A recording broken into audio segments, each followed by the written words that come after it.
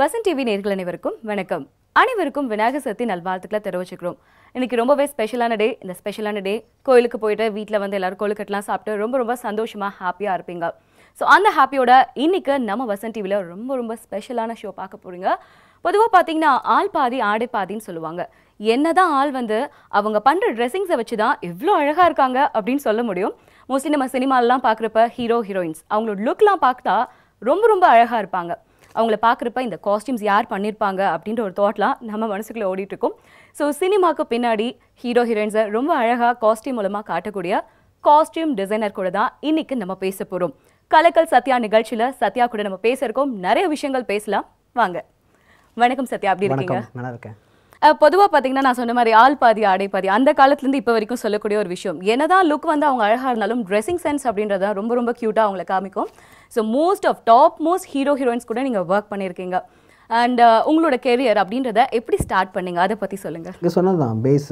இப்போது டிவி பார்க்கும்போது நம்ம அவங்களோட கேரக்டரை தாண்டி அந்த விஷுவல் தான் நம்ம மைண்டில் போய் ரிஜிஸ்டர் ஆகுது. பிகினிங்கில் அவங்க மூவ்மெண்ட் ஆகட்டும், அவங்க காஸ்டியூம் ஆகட்டும்.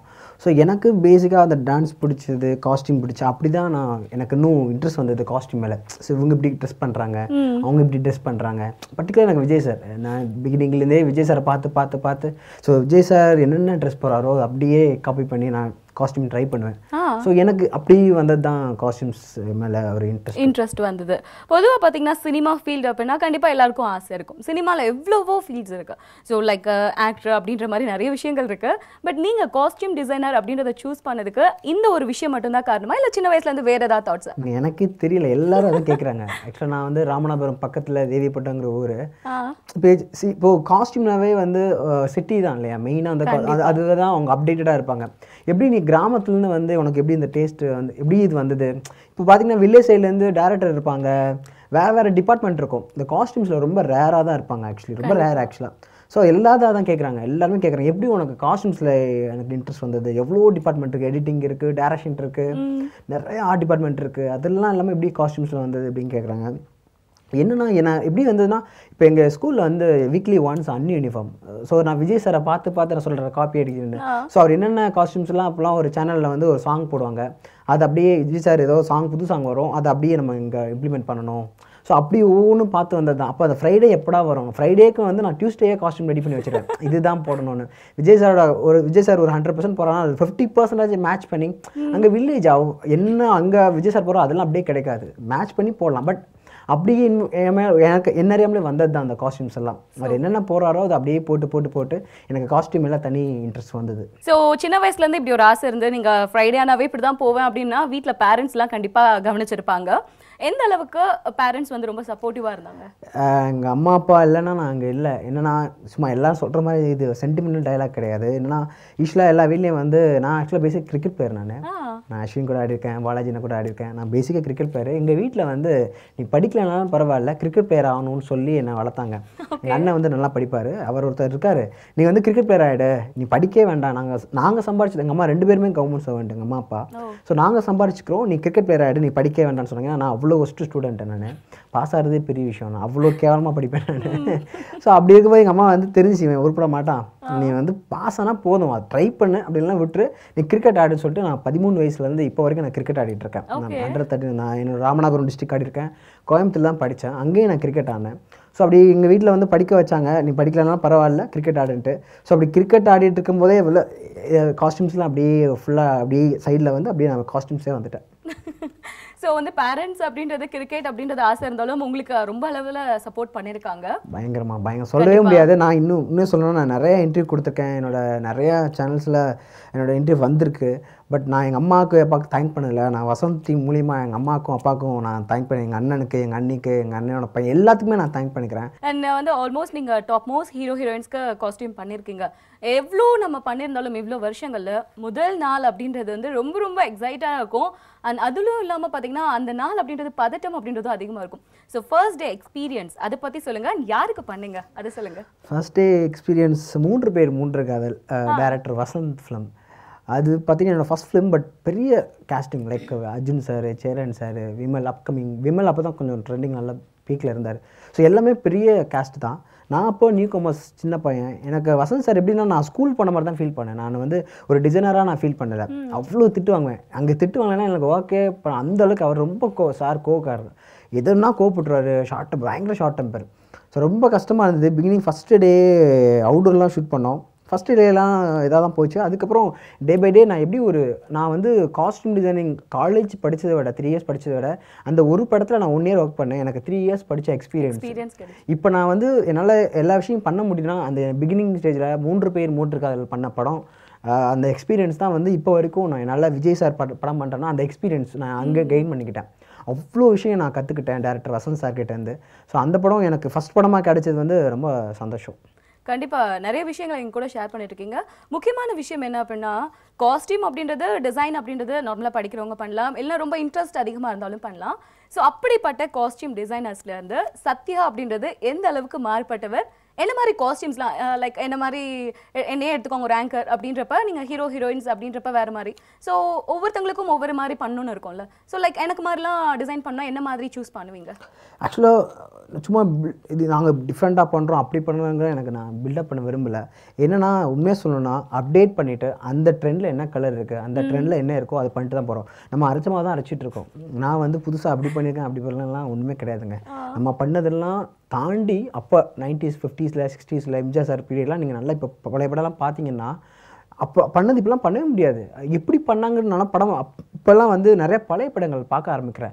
அப்போ எப்படி ஒர்க் பண்ணாங்க, ஏன்னா இப்போ இவ்வளோ டெக்னாலஜி இருக்குது, நிறைய விஷயங்கள் இருக்குது. நான் இப்போ இங்கே கிடைக்கலன்னா பாம்பேல ஆர்டர் பண்ணிக்கலாம், பாம்பேலாம் ஃபாரின் இருக்குது. அங்கே அப்படி கிடையாது. அப்போல்லாம் இவ்வளோ டெக்னாலஜி கிடையாது, இவ்வளோ விஷயங்கள் கிடையாது. ஆனால் அப்போ பார்த்தீங்கன்னா இப்போ பண்ணுறதை விட அப்போ பண்ணது ரொம்ப டீட்டெயிலிங் அதிகம். நீங்கள் ஒரு ட்ரெஸ்ஸில் பார்த்தீங்கன்னா அவ்வளோ டீட்டெயிலிங் இருக்குது. நீங்கள் இப்போ கூட நீங்கள் ஃப்ரீயாக இருக்கும்போது பழைய படம் பார்க்கும்போது நீங்கள் காஸ்டியூம் நோட் பண்ணிங்கன்னா அவ்வளோ டீட்டெயிலிங் இருக்கும். ஸோ அப்போ பண்ணதில் நான் வந்து டிசைன்னு சொல்கிறத விட ஸ்டைலிஸ்ட்னு சொல்லிட்டு இப்போ இருக்கிற ட்ரெண்டில் வந்து என்ன ட்ரெண்ட் இருக்குது, கலர்ஸ் என்ன ட்ரெண்ட் இருக்குது, அப்டேட்டடாக அப்போ பண்ணி கொடுத்தா அதுவே டீசெண்டான ஒர்க் நினைக்கிறேன். நான் புதுசாக நாங்கள் இப்படி பண்ணிட்டோம் அப்படின்னு பண்ணுறதுலாம் எனக்கு அதில் உடன்பாடு கிடையாது. கண்டிப்பாக ஆல்மோஸ்ட் நீங்கள் ஒவ்வொரு ஹீரோஸ்க்கும் பண்ணிட்டு இருக்கப்ப என்னதான் ஒரு படத்தில் இப்போ விஜய் சாருக்கு நீங்கள் பண்ணியிருக்கீங்க அப்படின்னாலும் நெக்ஸ்ட் ஃபிலிம் பண்ணுறப்ப கண்டிப்பாக டிஃப்ரென்ஸ் அப்படின்றத காமிக்கணும். முதல் படத்தில் பண்ண மாதிரி இருக்கக்கூடாது அப்படின்றத டிஃப்ரென்ஸ் நீங்கள் காமிச்சிட்டு இருக்கீங்க. அந்த இதுக்கு வந்து டைரக்டர்ஸ் அண்ட் ஆக்டர்ஸ் எந்த அளவுக்கு சப்போர்ட்டிவாக இருக்காங்க, இல்லை உங்களோட ஓன் சாய்ஸ் தானே? நல்ல கொஸ்டின்ங்க. ஆக்சுவலாக எல்லாம் என்ன நினைக்கிறாங்கன்னா காஸ்டியூம் டிசைனர்லாம் வந்து அவர் டிசைன் பண்ணி கொடுக்குறது தான். அப்படி கிடையாது. காஸ்டியூம் டிசைனருங்க வந்து ஒரு ஒரு ஒரு 60% நாங்கள் சொல்கிறதா. அதை தாண்டி கேமராமேன் இருக்காங்க, டேரக்டர் இருக்காங்க, ஹீரோ இருக்காங்க. இப்போது நீங்கள் வந்து டேரக்டர் போய் நீங்கள் டேரக்டர் கதை எங்களுக்கு சொல்லுவார். சொன்னால் நாங்கள் ஒரு ஒப்பீனியன் சொல்லுவோம், இந்த மாதிரி பண்ணலாம் சார். கேமராமேன் வருவார், அவர் கலர் சொல்லுவார், இந்த கலர் இந்த மூடில் இருக்கணும் கலர்ஸ் அப்படிம்பாரு. டேரக்டர் பேட்டர்ன் ஓகே பண்ணுவார். இதை தாண்டி நம்ம பண்ணுறதெல்லாம் பெரிய ஹீரோக்குன்னா அவங்களுக்கு ஒரு கம்ஃபர்டபுள் வேணும். கண்டிப்பாக அதே மாதிரி அந்த ட்ரெஸ்ஸை வந்து அவங்க ப்ரீவியஸ் படமோ இல்லை அவங்க ஒரு 50 படம் பண்ணியிருப்பாங்க, 30 படம் பண்ணியிருப்பாங்க. நான் கொடுக்குற டிசைன் மேபி அவங்க போட்டிருக்கலாம், அது அவருக்கு தான் தெரியும். நான் இந்த ட்ரெஸ் ஆல்ரெடி இந்த படத்தில் நான் போட்டிருக்கேன். ஸோ அவரோட கம்ஃபர்ட் இந்த நிறைய விஷயங்கள் இது வந்து டீம் ஒர்க் தான். நான் மட்டுமே வந்து என்னோட டிசைன் தான் அங்கே இருக்குது, நான் பண்ணாலும் தான் அப்படி இருக்காருன்னா அது சும்மா பொய். அது எனக்கு உடன்பாடு இல்லை. டீம் ஒர்க் எல்லாருமே கேமராமேன், டைரக்டர், ஹீரோ எல்லாம் இன்வால்வ் ஆகி அவங்கவுங்க எல்லாம் டிஸ்கஸ் பண்ணி எண்டில் ஒரு விஷயம் வரும். அதுதான் வந்து எங்களோட காஸ்டியூம் டிசைனோட ஒர்க் இருக்குது. கண்டிப்பாக சத்யா, ரொம்ப ஃப்ராங்காக நாங்கள் கேட்குற கொஸ்டின்ஸ்க்குலாம் ஆன்சர் பண்ணிட்டு இருக்கீங்க. நேயர்கள் விநாயகர் சத்யா ஸ்பெஷல் டேல கலக்கல் சத்யா நிகழ்ச்சியில் சத்யா கூட நிறைய சுவாரஸ்யமான விஷயங்கள் திரைக்கு பின்னாடி காஸ்டியூம் அப்படின்ற விஷயத்தில் என்னெல்லாம் பண்ணுறாங்க அப்படின்றத தெரிஞ்சுட்டு இருக்கோம். எங்கேயும் போயிடாதீங்க, ஷார்ட் பிரேக்.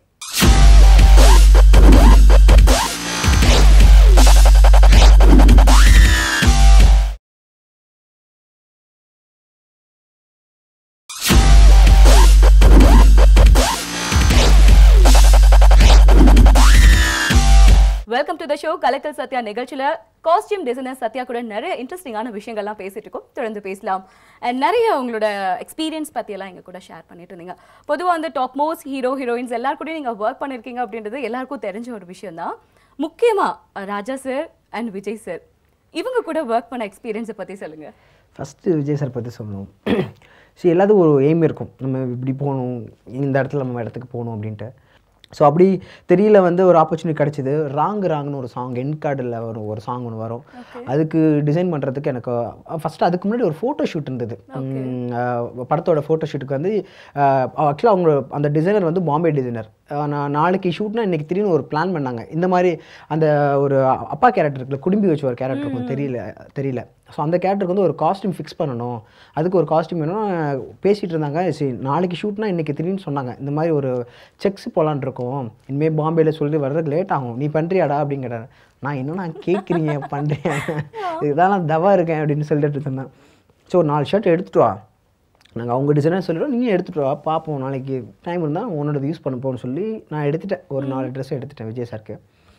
எடுத்துகிட்டு வந்து கொடுத்துட்டேன். எல்லாம் ஓகே பண்ணிட்டாங்க, கேமராமேன் டேரக்டர் எல்லாம் வந்து இது ஓகே நல்லா இருக்க வச்சுக்கலாம், டைம் இருந்தால் யூஸ் பண்ணுவோம் அப்படின்னு சொல்லி ஃபிக்ஸ் பண்ணி ஓரமாக வச்சுட்டாங்க. டக்குன்னு நான் நைனிகாக்கு தான் காஸ்டியூம், நைனிகா ஏமிக்கு தான் நான் அந்த படத்துக்கு அப்பாயின்மெண்ட் ஆனது காஸ்டியூம். ஸோ நைனிகா காஸ்டியூம் போட்டாச்சு, விஜய் சார்லாம் வந்துட்டார். மறுபடியும் சரி சேஞ்ச் அடுத்து போகலாம் அப்படின்னு சொன்னோன்னா, சரி அந்த செக்ஸை எடுத்துகிட்டு வாங்க அப்படின்னு சொன்னாங்க. அந்த செக்ஸை எடுத்துகிட்டு போயிட்டு காமிச்சோன்னா இது நல்லா இருக்குது அப்படின்னு சொல்லி கேமராமேன் ஓகே பண்ணுறாரு. விஜய் சார் லைக் இப்போ ஒரு விஷயம் இருக்கும்ல, நம்ம யாராவது ஒரு ஆள் பார்க்க போகிறோன்னா அந்த ஒரு எக்ஸைட்மெண்ட் இருக்கும்ல, அப்பா நம்ம ட்ரெஸ்ஸு எனக்கு என்னென்னா ஒரு ட்ரெஸ்ஸு போட்டு வெளில வந்தால் எனக்கு லட்சியமே அதுதான்.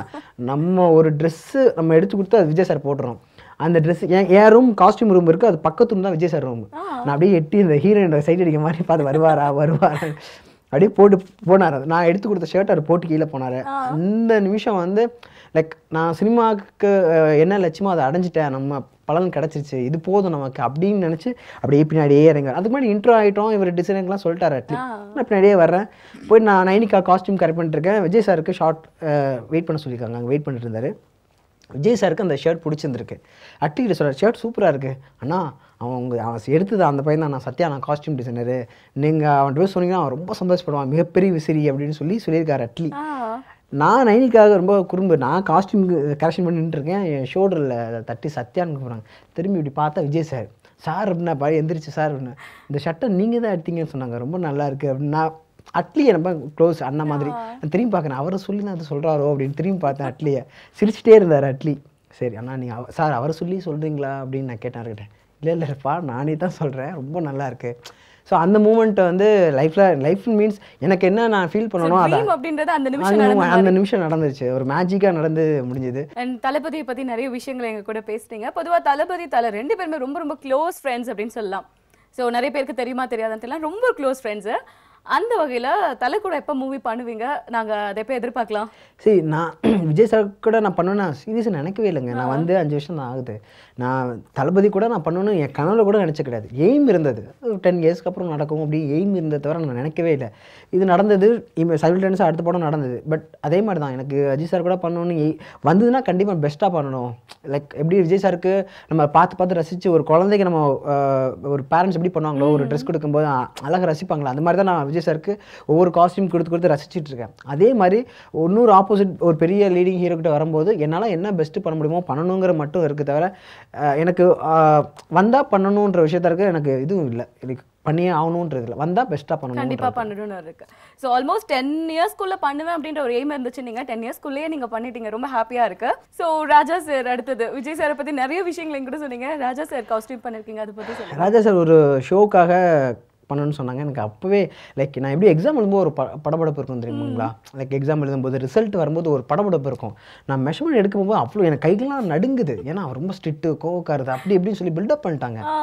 உள்ளே போகிறோம், நாங்கள் பில்டப் பண்ணிட்டு சார் இப்படிலாம் பண்ணுறேங்க சார், இப்படிலாம் பண்ணுறேன் சார் அப்படின்னு சொல்லி அவர் அமைதியாக பார்த்தாரு. நீங்கள் என்ன பண்ணோம் பண்ணிக்கோங்க, அளவு எடுங்க அப்படின்ட்டார். சப்பணும் சரிங்க சார் சொல்லி அளவு எடுத்துகிட்டு போயிட்டு அடுத்த நாள் ட்ரையலுக்கு வர்றோம். போட்டு பார்த்துட்டு ரொம்ப ஹாப்பியாக வரேன், பர்சனலாக ரொம்ப ஹாப்பி, ரொம்ப நல்லாயிருக்குமா நல்லாருக்குன்னு சொல்லிட்டு அடுத்த நாள் ஷூட், அடுத்த டே போயிட்டு எல்லாருமே பயங்கரம் சொல்லிட்டாங்க, சார் செம்மையாக இருக்கீங்க அப்படி இப்படின்னு பில்டப் பண்ணிட்டாங்க. அது நல்லா இருந்ததா இருந்து எனக்கு ஆஸ் அ ஸ்டைலிஷாக என் வேலையை நான் பண்ணிட்டேன். எல்லாம் பில்டப் பண்ணோன்னா அவருக்கு ரொம்ப ஹாப்பி ஆகிடுச்சு. நான் ஒன்றும் பண்ணல, எல்லாம் இந்த பையன் தான் இந்த தம்பி தான் பண்ணிச்சு, எதாவது அவருக்கு சொல்லுங்கன்னு எனக்கு சொன்னார். ரொம்ப சந்தோஷமாக இருந்தது. ஏன்னா என்னதான் இருந்தாலும் தேங்க்ஸ், எப்போவுமே ஒருத்தர் உங்களுக்கு சொன்னாங்கன்னா தேங்க்ஸ் சொல்லுவாங்க, அவ்வளோதான். அவ்வளோ பெரிய மனுஷன் வந்து இவர் தான் பண்ணார், இவருக்கு சொல்லுங்கன்னு சொல்லணும் அவன் நெசசரி கிடையாது. ஸோ நான் கூட நிற்கும் போது இந்த தம்பி தான் பண்ணிச்சு, இவருக்கு சொல்லுங்கன்னு என்னது பண்ண, நல்லா இருப்பா நல்லா பண்ணிட்டப்பான்னு சொல்லி எனக்கு ஆசீர்வாதம் பண்ணார். ஸோ அது மறக்க முடியாத விஷயம் நினைக்கிறேன். மோரோவர் அடுத்து ஒரு ஷோ பண்ணுறாங்க, ப்ரொடியூசர் கவுன்சில் வந்து ஒரு ஷோ பண்ணுறாங்க இளையராஜா சாருக்கு. அதுக்கும் நான் தான் பண்ணியிருக்கேன். ஸோ அது நல்லா பண்ணாலும் அடுத்த வாய்ப்பு எனக்கு கிடைச்சது வந்து ரொம்ப நான் பாகியமாக கருதுறேன் நான் ராஜா சார் பண்ணது. ஸோ ஆல்மோஸ்ட் எல்லா ஹீரோயின்ஸோட டாப் மோஸ்ட்ல இருக்க ஹீரோயின்ஸ்குள்ள நீங்கள் காஸ்டியூம் ஒர்க் பண்ணியிருக்கீங்க. இப்போ வந்து நான் சில ஹீரோயின்ஸோட பேர் சொல்லுவேன். அதில் வந்து உங்கள் மைண்டில் அவங்கள பற்றி சொல்கிறப்ப மைண்டில் டக்குன்னு ஃப்ளாஷ் ஆகிற விஷயத்த நீங்கள் சொல்லணும். ஓகேவா? ஃபர்ஸ்ட் வந்து சசிகுமார் சார். ஜென்யூன், அதாவது ஒர்க் மட்டும் தான் பண்ணணும், யார்கிட்ட எப்படி பேசணும், எங்கே எப்படி யார்கிட்ட அப்ரோச் பண்ணணும், எப்படி அவங்க வேலை மட்டும் பண்ணணுங்கிறது நான் சசிகுமார் சார்ட்ட வந்து கற்றுக்கிட்டேன். ஓகே, அடுத்தது சிவகார்த்திகேயன். ஜாலி, அது செம்ம ஃபன். சிவா அண்ணாவே வந்து ஷூட்டில் போனால் நம்ம ஃப்ரெண்ட்ஸ் கூட எப்படி ஜாலியாக இருப்போம், அரட்டை அடிச்சுட்டு கும்மால் அடிச்சுட்டு ஃபன். சிவா அண்ணா ஃபன். அடுத்தது விஷால் சார் ரொம்ப கேர் எடுத்துப்பார், மரியாதை கொடுப்பார். லைக் புதுசு வந்து நம்மகிட்ட ஒர்க் பண்ணுறாங்க அப்படிலாம் இல்லை, அவங்களுக்கு ஃப்ரீடம் கொடுப்பார் நிறைய, அவங்களுக்கு விஷயம் பிடிச்சதை பண்ணுங்க அப்படின்ட்டு. சிம்பு சார் இப்போ தான் பழகிடுவோம், அவர் இன்னும் நிறைய அப்டேட்லாம் பார்த்துருக்காரு. அவர் என்ன நீங்கள் வந்து ஹீரோ லெவலுக்கு விளம்பரம் பண்ணுற, எங்கே பார்த்தாலும் நீ தான் இருக்க அப்படின்லாம் ரொம்ப ஜாலியாக சொன்னார். அது நான் அவர்கிட்ட எதிர்பார்க்கல, ரொம்ப ஜாயிலாக இருப்பேன், அதெல்லாம் ஷேர் பண்ணிப்பாருன்ட்டு. ஸோ அதை நான் எக்ஸ்பெக்ட் பண்ணல. ஸோ அது இருந்து எனக்கு கொஞ்சம் சர்ப்ரைஸாக இருந்தது என்கிட்ட ஜாயிலாக பேசினது. நெக்ஸ்ட் வந்து எமி. ரொம்ப ப்ரொஃபஷனலாக இருப்பாங்க. லைக் அவங்க ஒர்க் வந்து ரொம்ப ப்ரொஃபஷனலாக எப்படின்னா எமி, ஏன்னா அவங்க அங்கேருந்து வந்து ரொம்ப ப்ரொஃபஷனல் அவங்க. ஓகே, அடுத்து ஜெயம் ரவி. ரொம்ப ஸ்ட்ரிக்ட் ஆஃபீஸர் அவர். ஸோ ரொம்ப எப்பயுமே ஸ்ட்ரிக்டாக தான் இருப்பார். கரெக்டாக வந்துடணும், அது கரெக்டாக ஸ்ட்ரிக்டாக இருப்பார், பயங்கர ஸ்ட்ரிக்ட் அவர். Okay officer. ஸோ நிகழ்ச்சியை பார்த்தாருன்னா கண்டிப்பாக நான் ஸ்ட்ரிக்டாக இருக்கேன் அப்படின்னு கேட்க போகிறாரு. அடுத்தது விஜய் சேதுபதி.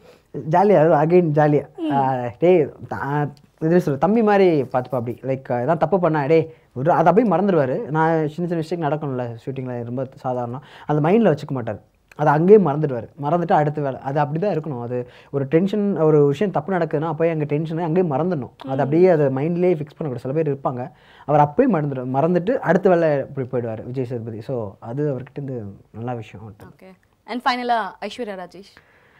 சிஸ்டர் தான் என்னோட, நான் வந்து ரொம்ப உரிமையோட பேசுகிறதும் உரிமையாக பழகிறதும் என்னோட சிஸ்டர் அவங்க ஐஸ்வர்யா ராஜேஷ். ஸோ நான் அவங்க ரொம்ப ஃபீல் பண்ணுறாங்க, சரியான இது கிடைக்கல, ரெகக்னிஷன் கிடைக்கல. இல்லை காக்கா மட்டுக்கு அப்புறம் நீங்கள் உங்கள் கரியரில் அடுத்தது போகும் அப்படி ரொம்ப பாசிட்டிவாக பேசிட்டு இருப்போம். ஸோ அது இப்போ நடந்திருக்கு. ஸோ ஒரு சிஸ்டர் ஃபீல், அவங்க ரொம்ப சிஸ்டர் மாதிரி தான் அங்கே பேசுகிறது பழகிறது. இப்போ ரொம்ப ஹாப்பி அவங்க இருக்கிற லெவல் எனக்கு இருக்குது. கண்டிப்பாக ரொம்ப ரொம்ப ஃப்ராங்காக எல்லா விஷயத்தையும் டக்குன்னு சொல்லிக்கிட்டே இருக்கீங்க. நேயர்கள் தொடர்ந்து பார்த்துட்டு இருக்கீங்க கலைகள் சத்யா நிகழ்ச்சியில். சத்யா கூட ரொம்ப நிறைய விஷயங்கள் பேசிக்கிட்டே இருக்கும். தொடர்ந்து பேசுவோம், ஒரு ஷார்ட் பிரேக்.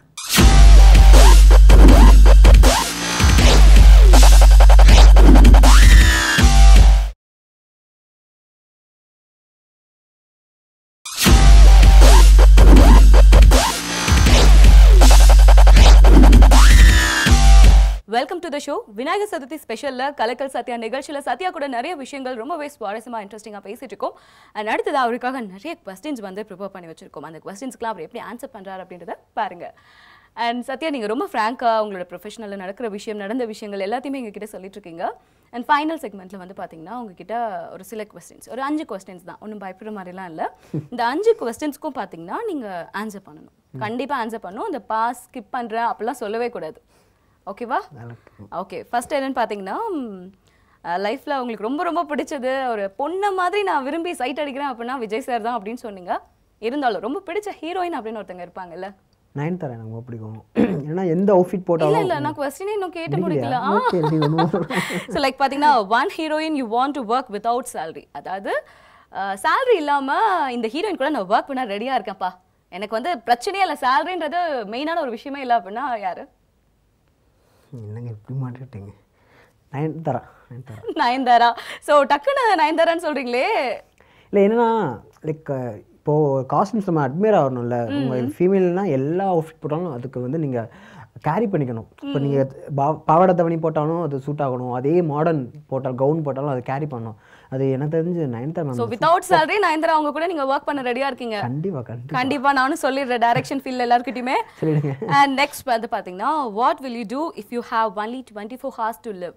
24 மணி நேரம் மட்டும்தான் உங்கள் லைஃப்பில் இருக்குது, வாழ்கிறதுக்கு 24 hours, 1 day மட்டும்தான் இருக்குது. இந்த ஒரு நாளில் நான் இந்த விஷயத்தை பண்ணணும்னு நினைக்கிறேன், கண்டிப்பாக இந்த 1 dayல நான் முடிச்சிடணும், அதுக்கப்புறம் என்ன ஆனாலும் பரவாயில்ல அப்படின்னா என்ன விஷயம்? எங்கள் அம்மா அப்பாவுக்கு நினைச்ச விஷயங்களை நான் அந்த 1 dayல பண்ணி கொடுத்துடணும். அவங்களுக்கு என்ன தேவையோ உங்களுக்குலாம் எதுவும் தேவை அதெல்லாம் பார்க்க மாட்டீங்க? அம்மா அப்பா நான் எதுவுமே அவங்க நினைச்ச விஷயங்கள் இன்னும் நான் இது அவங்களுக்கு ஃபுல்ஃபில் பண்ணல. ஸோ அந்த 1 day வந்து நான் அவங்களுக்காக. சூப்பர், அப்பா அம்மாக்காக தான் ஸ்பெண்ட் பண்ண போறேன்றீங்க. Next, who is your favourite director? ஏன் அவங்கள பிடிக்கும் அதையும் சொல்லணும். எந்த டேரக்டர் உங்களுக்கு ரொம்ப ரொம்ப பிடிக்கும், என்ன காரணத்தால் பிடிக்கும் அதை சொல்லுங்கள். அட்லி பிடிக்கும். ஏன்னா நான் வந்து இது வரைக்கும் ஒரு 29 ஃபிலிம்ஸ் பண்ணிட்டேன். ரொம்ப ப்ரொஃபஷனலாக இருக்கும். நீங்கள் வந்து ஒரு டெக்னீஷியன்ஸுக்கு வந்து ஈஸியாக போய் ஒர்க் பண்ணிடலாம். அவ்வளோ டீட்டெயிலிங் இருக்கும். நம்ம கன்ஃபியூஸ் ஆக தேவையில்லை. அவங்க அவ்வளோ ப்ரிப்பேர்டாக வச்சுருப்பாங்க. லைக் சங்கர் சார்லேருந்து மேபி வந்தனால ஒரு டெக்னீஷியன் போகும்போது அவங்களுக்கு ஈஸியாக புரியும். முதல்ல நீங்கள் சொல்கிற விஷயம் உங்களுக்கு கன்வே ஆகணும். அப்போ தான் நீங்கள் அதை உள்ளே எடுத்துகிட்டு நிறையா விஷயம் ஒர்க் பண்ண முடியும். அது வந்து நான் அட்லி கிட்ட அது நான் ரொம்ப கம்ஃபர்டபுளாக ஃபீல் பண்ணேன். அதனால அட்லி ரொம்ப பிடிக்கும். Super. And next, rate this heroine out of 10. நான் சொல்லக்கூடிய ஹீரோயின்ஸ்க்கு வந்து 10 அவுட் ஆஃப் மார்க் நீங்கள் கொடுக்கணும். சரியா? காஸ்டியூம்ஸில் லைக் காஸ்டியூம்ஸாக இருந்தாலும் ஓகே. Overall good. ரெடி. முக்கியமாக நீங்கள் காஸ்டியூம் அப்படின்றதுனால காஸ்டியூமில் கூட ஓகே. ஸோ ஃபர்ஸ்ட் உங்களுக்கு ரொம்ப ரொம்ப பிடிச்ச ஹீரோயின் நயன்தாரா. 9. நயன்தாராக்கு 9. த்ரிஷா 8.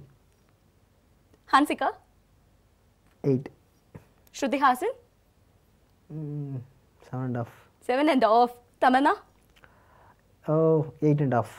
8.5. ஸோ ஆஃப் நீ இவங்க 2 பேத்துக்கு மட்டும் இல்லை, அது லைக் அந்த ஃபீல்டில் இருக்கும்போது தெரியும். லைக் ஸோ அதனால சூப்பர். அண்ட் ஃபைனல், ரொம்ப ரொம்ப சின்ன வயசுலேருந்து நான் பார்த்து ரசித்து வந்த ஹீரோன்னு சொன்னீங்க, அவரை பற்றி தான். One Vijay sir dialogue in his style. அவரோட ஸ்டைலில் ஏதாவது உங்களுக்கு ரொம்ப ரொம்ப பிடிச்ச டைலாக் இருக்கும்ல? லைக் உங்களுக்கு ஆரம்பத்துலேருந்து அவரை பார்த்துட்டு இருக்கீங்க, இப்போ ரீசெண்டாக வந்த ஃபிலிமாக இருக்கட்டும், இல்லை ஸ்டார்டிங்கில் வந்த ஃபிலிமாக இருக்கட்டும், உங்களுக்கு ரொம்ப பிடிச்ச டைலாக் விஜய் சாரோட ஸ்டைலில் பேசணும். ஸோ அந்த டைலாக்கை அவரோட ஸ்டைலில் நீங்கள் அவர் மாதிரி டான்ஸ் ஆடுறீங்கன்னு அவரே சொல்லியிருக்காரு. ஸோ ஸ்டைலில் பேசுங்க. எவ்வளவோ பண்ணிட்டோம், இதை பண்ண மாட்டோமா? Sathya like to be costume designer or actor. So எது ரொம்ப பிடிச்சிருக்கு, எது ஆகணும்னு கொஞ்சம் எக்ஸ்பிளைன் பண்ண விரும்புகிறேன். ஏன் நான் வந்து நான் ஆக்சுவலாக நடிச்சிருக்கேன். நான் வெற்றிவேல் நடிச்சிருக்கேன். இப்போ கிடாரி கூட கேமியோ பண்ணியிருக்கேன். நான் ஃபியூச்சரில் நடிப்பேன். நான் கிரிக்கெட் பிளேயர் பேசிக்காக. எங்கள் அப்பா வந்து கிரிக்கெட் பிளேயராக தான் பார்க்கணும்னு ஆசைப்பட்டாங்க. எங்கள் அம்மா இல்லை, எங்கள் அப்பா இவன் வந்து படிக்கலைன்னா பரவாயில்ல, எங்கள் கிரிக்கெட் பிளேயர் தான் ஆகணும்னு சொன்னாங்க. என்னால் அது முடியல. ஸோ எனக்கு ரொம்ப அது கில்ட்டியாகவே இருக்குது. எங்கள் அம்மாவுக்கு ஒன்றும் பெரிய ஆசை இல்லை. எங்கள் பையன் வந்து கார் வாங்கணும், காரில் வச்சு ஓட்டிட்டு போகணும், அதெல்லாம் பண்ணியாச்சு. எங்கள் அப்பா வந்து ரொம்ப என்னடா நீ கிரிக்கெட் பிளேயர் ஆளு இப்போ கூட ஃபீல் பண்ணிருக்காரு. எனக்கு அது ரொம்ப உறுத்தலாகவே இருந்தது ஊருக்கு போகும்போதெல்லாம். ஸோ இப்போ சிசிஎல்னு ஒரு ஆப்ஷன் இருக்குது, செலிபிரிட்டி கிரிக்கெட் லீக் இருக்குது. ஸோ அதில் அதில் கிரிக்கெட் ஆடலாம். ஸோ அதை பார்த்து டிவியில் பார்த்து ரொம்ப சந்தோஷப்படுவாங்களா, பையன் நம்ம கிரிக்கெட் ஆடுறானே அப்படின்ட்டு. ஸோ அது எனக்கு தோணுச்சு ஒரு டைமில். ஸோ அதனால தான் இப்போ நடிக்க ஆரம்பிச்சிருக்கேன். நான் 7 மூவிஸ் பண்ணால் நான் வந்து இப்போ 10 நிமிஷம் டூரேஷன் தான் சிசிஎல் ஆடலாம். ஸோ நான் பேசிக்காக கிரிக்கெட் பிளேயர்னால எனக்கு ஓரளவு கேம் ஆட தெரியும். பட் அந்த படத்தில் நடிக்கணும். ஸோ அதுக்காக தான் நான் நடிக்கிறேன்னு தவிர மற்றபடி எனக்கு நடிக்கணும், ஹீரோ ஆகணும் அந்த ஆசை கிடையாது. எங்கள் அப்பாவோட ஆசை நிறைவேற்றணும், அதுதான். சிசிஎல்ல கண்டிப்பாக உங்களை நாங்கள் பார்க்க வெயிட் பண்ணிட்டு இருக்கோம். அண்ட் இவ்வளோ நேரம் உங்களோட பிஸி ஷெடியூலில் டைம் ஸ்பெண்ட் பண்ணி எங்கள் கூட நிறைய விஷயங்கள் நீங்கள் ஷேர் பண்ணீங்க. ரொம்ப ஹாப்பியாக இருக்கு. அண்ட் ஃபைனலாக அப்கமிங் காஸ்டியூம் டிசைனர்ஸ் இருப்பாங்கல்ல, உங்களை மாதிரி நிறைய பேருக்கு ஆசை இருக்கும். ஸோ அவங்களுக்கு நீங்கள் என்ன சொல்ல விரும்புறீங்க? உங்களுக்கு அசிஸ்டண்ட்டாக வரணும் அப்படின்னா சில இது இருக்கணும்னு நினைப்பீங்கல்ல, ஸோ அதை பற்றி சொல்லுங்கள். ஆக்சுவலாக என்னென்னா இப்போது டெக்னாலஜி நிறைய விஷயம் மாறிட்டே இருக்குல்ல. நான் வரும்போது வந்து மினிமம் 2 இயர்ஸ் 3 இயர்ஸ் ஒர்க் பண்ணுறோம் ஒரு அசிஸ்டண்ட்டாக. பட் இப்போ அப்படி கிடையாது. 1 இயராக கற்றுக்கலாம். 1 இயரில் கூட நீங்கள் அசிஸ்டண்ட்டாக ஒர்க் பண்ணிட்டு நீங்கள் வந்துடலாம். ஸோ அப்போ அந்த 1 இயரில் வந்து நீங்கள் எவ்வளோ இன்வால்மெண்ட் உங்களோட எஃபர்ட் போட்டு நிறைய விஷயங்கள் கேதர் பண்ணி கற்றுக்க முடியுமோ ஈஸியாக யார் வேணால் டிசைனர் ஆகும். அது அதுக்கு நானே ஒரு உதாரணம் தான். ஒரு கிராமத்துலேருந்து வந்து என்னாலே முடியுதுன்னா சிட்டியில் இருந்துட்டு ஏன் முடியாது? அதெல்லாம் கண்டிப்பாக முடியும். என்னென்னா டெடிக்கேஷன் தாங்க.